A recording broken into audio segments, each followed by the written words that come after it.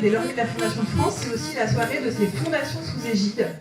La Fondation de France en a 857, c'est son métier aussi d'accompagner des projets de fondateurs, de leur vivant à leur mort, accompagner leurs projets philanthropiques.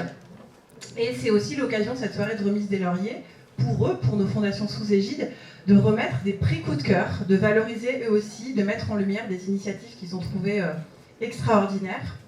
C'est le cas ce soir pour l'une d'entre elles, pour une fondation grenobloise qui est abritée par la Fondation de France. Et c'est Marie-Laure Muchery qui accompagne cette fondation au sein de la Fondation de France qui va venir nous en parler. Donc c'est une fondation qui souhaite rester discrète sur ses actions et que je représente aujourd'hui, donc je suis juste la messagère. C'est une fondation qui a été créée en 1992 par une famille et qui a souhaité développer une action philanthropique dans différentes directions, dans le domaine de la solidarité internationale, dans le domaine de la recherche médicale et aussi a souhaité soutenir des actions sur son territoire, le territoire grenoblois.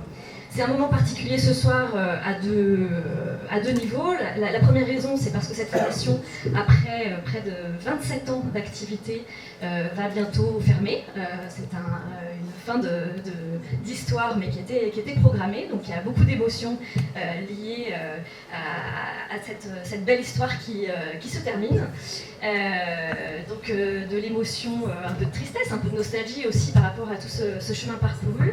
Et puis de l'émotion aussi très positive, beaucoup de joie et de fierté de se dire que pendant toutes ces années d'existence, elle a permis l'émergence de projets, mais aussi le soutien à des projets qui lui ont vraiment tenu à cœur pendant un certain nombre d'années, qui ont été vraiment des compagnons de route.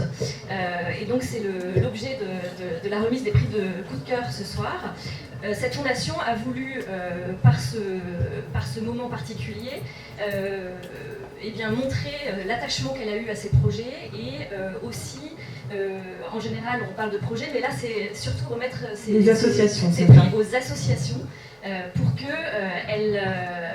vraiment souligner l'engagement des gens qui sont partie prenante dans ces associations. Donc les gens qui sont au cœur des projets, que ce soit les bénévoles qui sont très, très mobilisés, les salariés de ces associations lorsqu'il y en a, et puis tous les gens qui ont participé à la vie de ces projets. Et ces associations, elles ne vont pas rester anonymes ce soir. Je pense qu'on peut les inviter à nous rejoindre sur scène.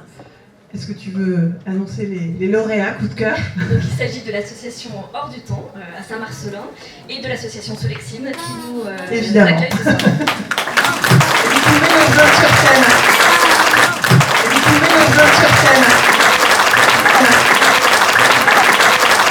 Le projet de votre association, l'association, donc sur l'histoire de l'association, vous avez une association qui existe autour d'un refuge. Je pense qu'il y a peut-être des petites choses à dire. Puis Solexine pourra compléter si elle a encore également des choses à nous dire ce soir.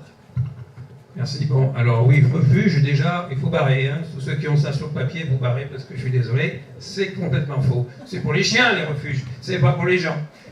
Non, on va prendre le refuge en montagne, c'est pas. Moi, je vais vous raconter une histoire, parce que tout ça, c'est bien, mais moi, je vais plutôt vous raconter un conte de fées, une histoire d'amour, parce que c'est finalement l'histoire d'association. Une dame qui est dans la misère noire, enfance martyre, petite enfance martyre, enfance piétinée, adolescence piétinée, une dame qui est dans la misère depuis 35 ans, avec 5 gosses tout seul, dans un taudis, qui se dit un jour, parce qu'elle rencontre un bourgeois, qui lui dit mais on pourrait quand même peut-être vivre quelque chose de mieux. Et si on veut vivre quelque chose de mieux, il faut quand même avoir un projet, il faut avoir quelque chose qui nous mène, parce que ça va être difficile, le fossé entre la bourgeoisie et la misère est très grande, il va falloir vraiment avoir quelque chose qui nous porte. Alors elle dit un projet, pas de problème, moi j'en ai un, une maison, un endroit où on fout la paix aux gens, on leur pose pas de questions quand ils viennent, on ne fait pas d'insertion. On ne fait pas d'insertion. Pourquoi on ne fait pas d'insertion? Parce que les gens, ils sont ce qu'ils sont. C'est nous qui voulons qu'ils rentrent dans le système. Mais eux, ils ont besoin simplement de se poser, d'être là, tranquille, qu'on leur... Oui, elle dit bien, qu'on leur foute la paix. Voilà, donc autour de cette idée, c'est bien gentil, ça, ce petit couple chemine, fait 10 ans quand même, et puis se dit qu'ils ont tenu 10 ans avec ce projet en tête, tout d'un coup, ils se mettent à en parler autour.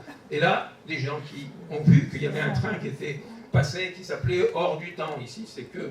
hors les murs, mais nous c'est hors du temps. C'est-à-dire si vous voulez savoir ce que c'est que être hors du temps, vous prenez votre montre sur votre portable, vous le cassez. Hop. Et là après, vous allez commencer à comprendre un peu. Et puis, qu'est-ce que c'est que les gens qui n'en peuvent plus?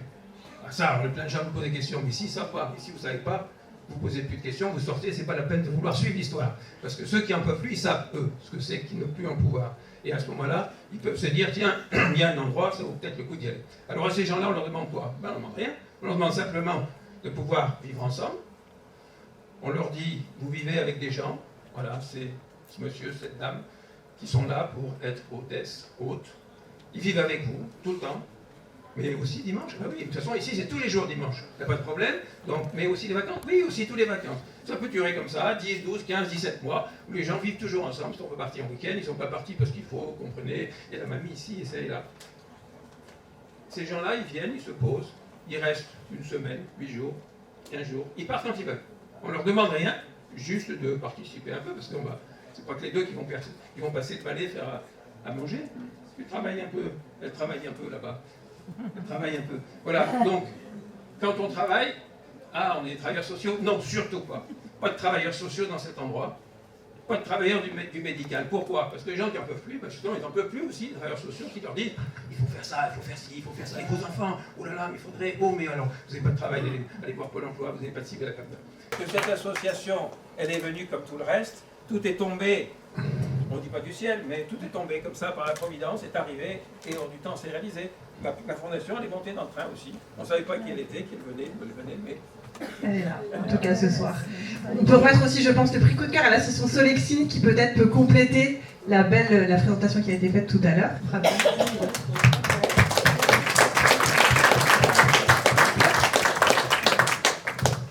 Qu'est-ce que je pourrais dire après Parce ça? qu'il y a...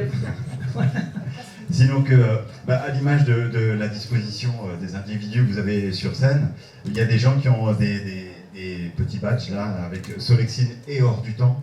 C'est une très vieille histoire d'amour, voilà, entre cette association Hors du Temps, les gens qui ont incarné Hors du Temps, au moins au départ. Alors, dans le train et en même temps chef de gare et en même temps à l'intérieur des wagons, etc. Bernard fait partie des membres fondateurs de l'association Solexine. Il y en a d'autres ici, il y a Alain qui est par là. Enfin, voilà.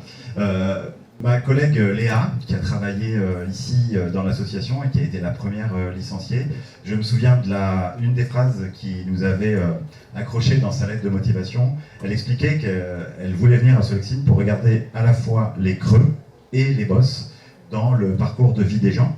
On peut résumer un petit peu le projet de Solexine autour de ça. On dit que Solexine est un lieu ouvert à tous, et dans le ouvert à tous, forcément, il y a aussi des gens fragilisés, et on essaye, pour ces personnes-là, avec les mêmes pratiques, les mêmes outils un peu que Hors du Temps, c'est-à-dire qu'avant tout, on commence par foutre la paix aux gens, on laisse les gens s'installer dans cette aventure associative-là, et 100% des gens qui passent par Solexine en ressortent transformés. Pour moi, c'est une certitude. Je fais partie des gens qui sont passés par Solexine. Je suis en train de récupérer mes valises pour descendre du train et prendre un autre train. Je vous garantis que 100% des gens qui passent par Solexine en ressortent transformés. Voilà. Merci, bravo. Félicitations pour ce prix. Dernière petite chose pour Solexine, plus que jamais, le soutien que chacune et chacun peut apporter à Solexine est vital. Solexine va rentrer à partir du mois de septembre dans une période un peu flou, où il n'y aura pas de salariés dans l'association. C'était déjà très difficile de fonctionner avec un seul salarié au lieu de 2. Sans salariés, ça va être une sacrée aventure, et tous les gens qui vont rester dans cette aventure-là vont sacrément avoir besoin de soutien sous toutes les formes, financier certes, mais pas que. Il va falloir mettre une bonne dose d'énergie là-dedans, et là aussi, pour mettre de l'énergie, il y a de la place pour tout le monde. Voilà.